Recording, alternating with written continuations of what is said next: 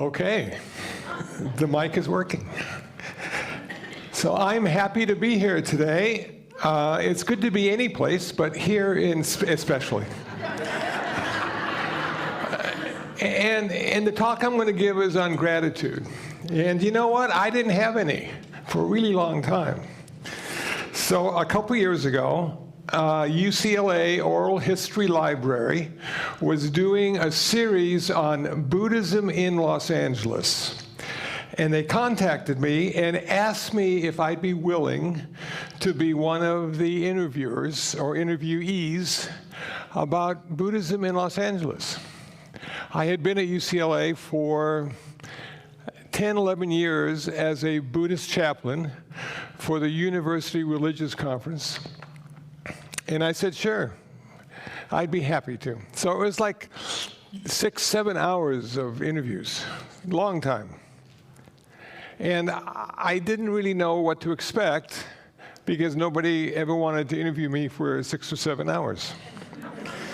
So we were talking, and then around the second or third day, he said to me, "What are you grateful for?" And I said, I don't know. Should I be grateful? Didn't I do it all myself? Wasn't it all because of me? And he looked at me in sort of a quizzical way, like, what's wrong with this guy? You know? So I went and thought about it. And son of a gun, I was one of the contributing factors to everything that happened in my life. But there were 999 other factors that went into it as well.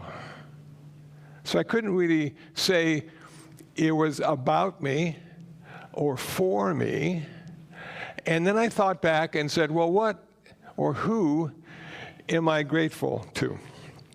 And the first person that came to mind was Houston Smith. This guy was a trip. If you read his life story, what a life he had. And I got to meet him in person at UCLA. And at that point, he was this little old man. He had had a hip replacement, I think, or a knee replacement, so he didn't walk very well. But his eyes were like 18 years old, and they just glowed. He was so happy. And I went up to him and said, you know what? You're the reason that I'm a Buddhist today. I read your book, Religions of the World. And I read the chapter on Buddhism, and it made so much sense to me that I said, I got to become a Buddhist. So it wasn't too inspirational about me becoming a Buddhist, but he was a key component of me wanting to be a Buddhist. So I got the yellow pages out. Remember those? And I found a meditation center, which is where I now live. And so they said free instruction on how to meditate. And I said, okay. It was a cold and rainy night.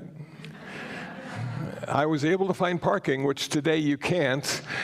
And I went in not knowing what to expect, which is the story of my life. And I was told to sit in the corner. Here's a cushion. Cross your legs. We're going to have 15 minutes, 5-minute break, 15 minutes, 5-minute break, 15 minutes. And then Shinzen will come down and give a Dharma talk. And I said, Shinzen is going to come down and give a Dharma talk? What's Dharma? Well, I sat there. It was terrible. My knees hurt. My back hurt.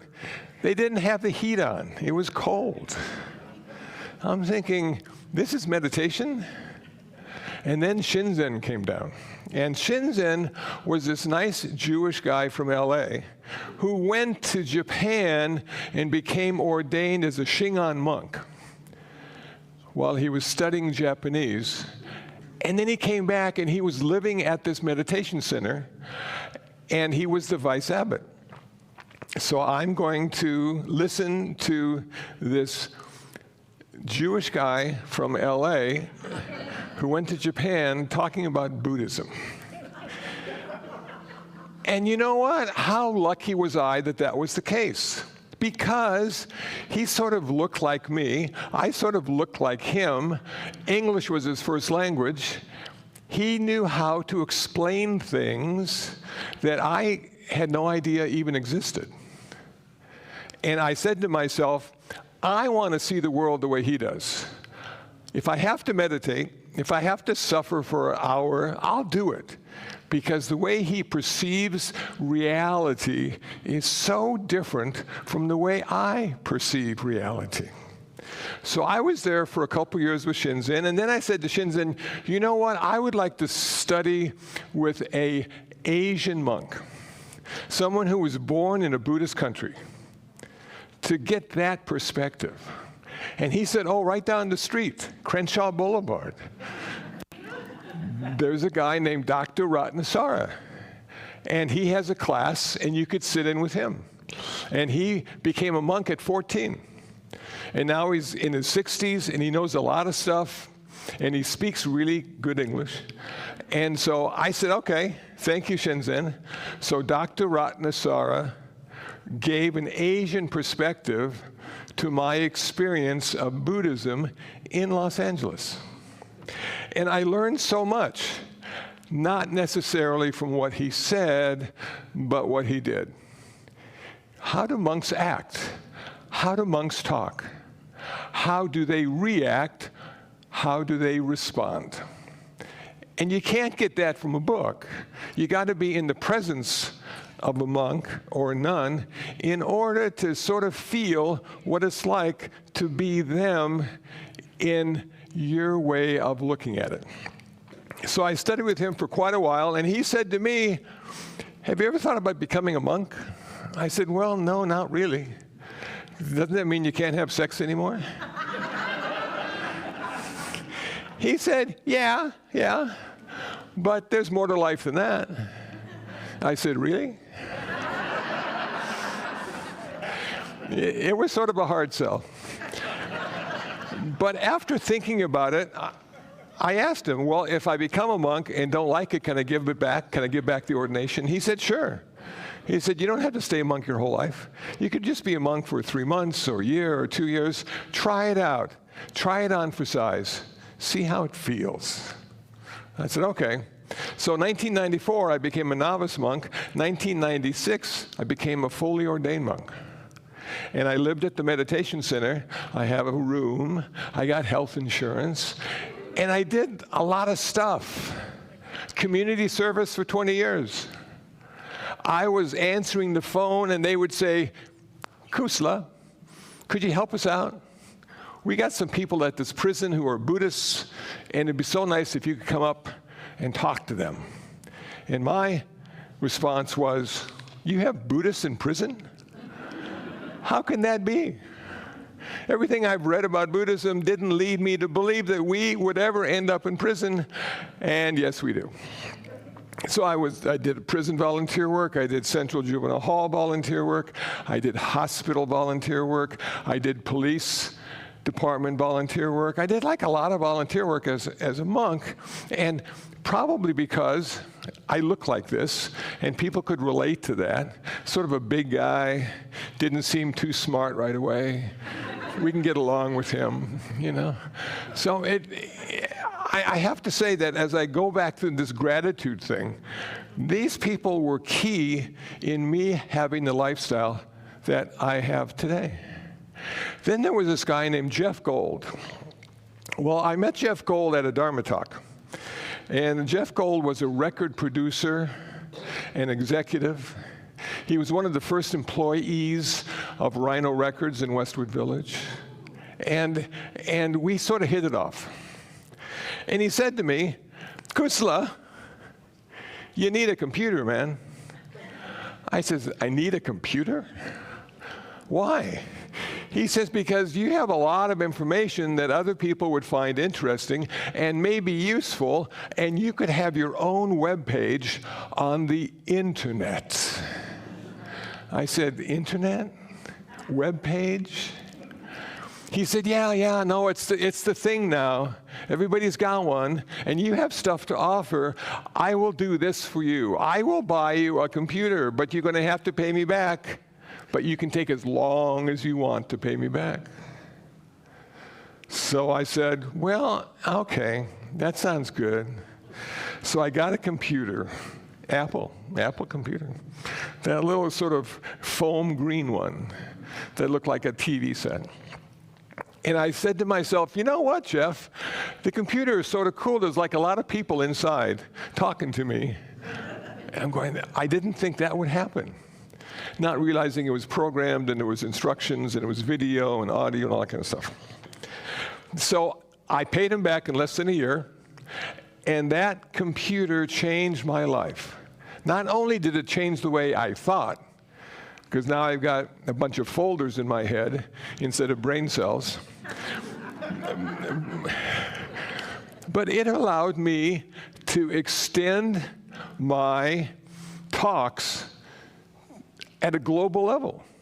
I could talk to people anywhere in the world if they had a computer.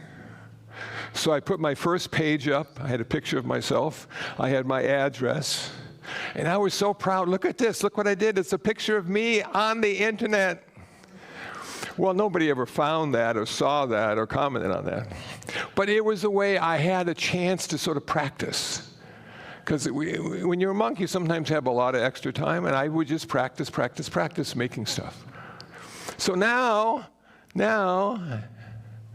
I have urbandharma.org. 1,500 pages. Visited every day by a bunch of people. How cool is that? I have my own YouTube channel. Kusala's Urban Dharma. Wow, how is that going? It's going pretty good. I've got a podcast. Kusala's Urban Dharma podcast. A lot of people going there, listening to what I have to say. How cool is that? Changed my life completely. I'm out there just doing all sorts of stuff in a virtual way. And you know what? When it's a virtual way and you're doing it in your room at the meditation center, you don't even have to smell good. You're just doing it. Man. So Jeff Gold really made a big difference in my life. He didn't realize what it would turn out to be. But I look back and I go, I am so grateful to Jeff Gold. Then there's Reverend Karuna Dharma. This is a woman who used to be a school teacher who went to UCLA, took a class from Dr. Thich Thich Nhat Hanh on Buddhism, became a Buddhist nun. When Dr. Thich Thich Nhat Hanh died, she took over running the meditation center. She's the one that said to me after my ordination, we'd like you to work for us. Really, what am I going to do? She said, you can quit your job, and we're going to make you residential manager. You get to find people to live here and pay rent. And the rent they pay will allow us to pay for the mortgage and insurance and maintenance and all the other stuff. And it's so much fun. I go, well, if it's fun, okay. It's no fun at all. It's a big pain to interview people. Try to see if they'd fit into the meditation center. Living in 5 old houses built around 1910, sharing bathrooms and kitchens. Okay, who gets to buy the toilet paper this month? Nobody's hand goes up. Oh, man, no. Okay, who didn't clean up the dishes? Nobody admits to that. Oh, man, no. You're not paying your rent. I can't afford it. It's $400. You can't afford it. I can't afford it. Oh, man, what am I going to do now? So I learned a lot about me and human beings and how difficult it is to live with each other. And it's just as difficult if you're family, because family, you sort of have to live together. This is sort of, well, we're going to live together. And it still doesn't work very well. So at one point I thought, maybe I'll just live on a lake, a little cottage, all alone. And then Shinzen contacted me after he heard me talking that way and said, no, man, we need you in LA. This is where all the suffering happens. You can't go to the lake. There's not enough suffering at the lake. You won't learn anything. Okay. So I've been at the meditation center for 30 years now. Downtown Los Angeles, Koreatown. Oh, man. Does it ever get better? No, it doesn't get better. You just get used to it. Oh, well. And then one other thing I am grateful for are all the people that don't like me, don't understand me, don't want to be around me. Those people allow me to know I still have a few imperfections to work on. Because if everybody loves you and likes you, you just think I'm perfect. You'll never be perfect. Maybe when you're enlightened, you'll be perfect, but nobody will notice the perfection. You know? So I'm grateful that I'm not perfect, because it allows me to work on stuff, and that stuff being me. And I tell you what, during the COVID thing, man, 2 years, watching YouTube channel every day, it's just you watching the YouTube channel. And then you start thinking about this stuff, and you start wondering if this will ever end. And if you do the wrong thing at the wrong time, will I die? I mean, there was like a lot of stuff, this COVID thing. And now we're sort of past that, and we're all trying to go back to normal. And we don't have the old normal to go back to. It died. We have the new normal to go to. And a lot of people are resisting the new normal because it doesn't feel familiar. But you know what? It always changes all the time. It never feels familiar. Every day is the first day of your life. Every day is the best day of your life. And so you have to recognize that. You got to wake up to this present moment experience of your life and say, wow, this is really good. I'm still breathing and thinking and talking, you know? And that first cup of coffee in the morning, it still tastes wonderful. And then you go on your YouTube channel and you go, wow, look at all the people that visited me over the night. Cool. And how about that Facebook channel, Kusala? You've been on Facebook now since 2008. You have 35,000 followers and friends. Really? I've never met any of them. Wow. So this stuff is good. This thing called gratitude, what it seems to do, what I have come to understand, is that it allows you to experience the interconnectedness and interdependence of all phenomena in your life. Now that's a long sentence, but interdependence means that we are always connected and we are always interconnected with everything. We can never stand apart from that. It's never been about us, even though that's what we think and that's how it feels. And it doesn't seem that we're a process. It seems we're more of an event. Yes, I'm an event. But then when you start reflecting, you realize that no, you're just a process, man. You're just a river. You know, and you just keep flowing.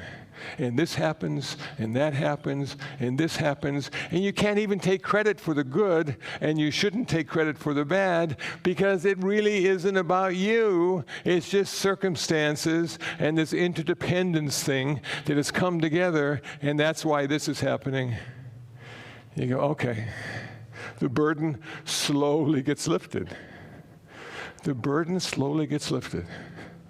About having to be the center of your universe. Because now everybody is working with you. Optimism, working against you, not so optimistic. Or we're just all working. And who knows if it's for or against? You don't know, because it never ends. It never comes to fruition. There's no end game. There's no end game. That's the scary part about the spiritual path, is you don't ever get to the end. It's only the journey. Just always walking that journey. It's walking here, walking there, walking here. Somebody once said, I think it was Stephen Wright, the comedian, he says, every place is in walking distance if you have the time. And that's how the spiritual journey feels to me. Everything is in walking distance if I find the time. And thankfully, I've had a number of people in my life who have encouraged me to go in this direction and discouraged me from going in that direction. And now when I look back, I say to myself, you know what? Life was pretty good. Life was pretty good. And as I get older and older, I want to do less and less. And then one day, I'll just be doing nothing. And I'll say, I finally reached perfection. Now, thank you all for listening. I brought my harmonica today, and I asked Andy if he would accompany me. And Andy said yes, he would. And so we're going to do a little blues today. And I asked Andy, I said, should we rehearse a little bit? He said, no. That'll ruin it, man. You can't rehearse the blues. You just got to play them. So we're going to play them. We're going to play them. Pardon? I said I'll meet you there. Okay. He's going to meet me at the crossroads. Robert Johnson. Here we go.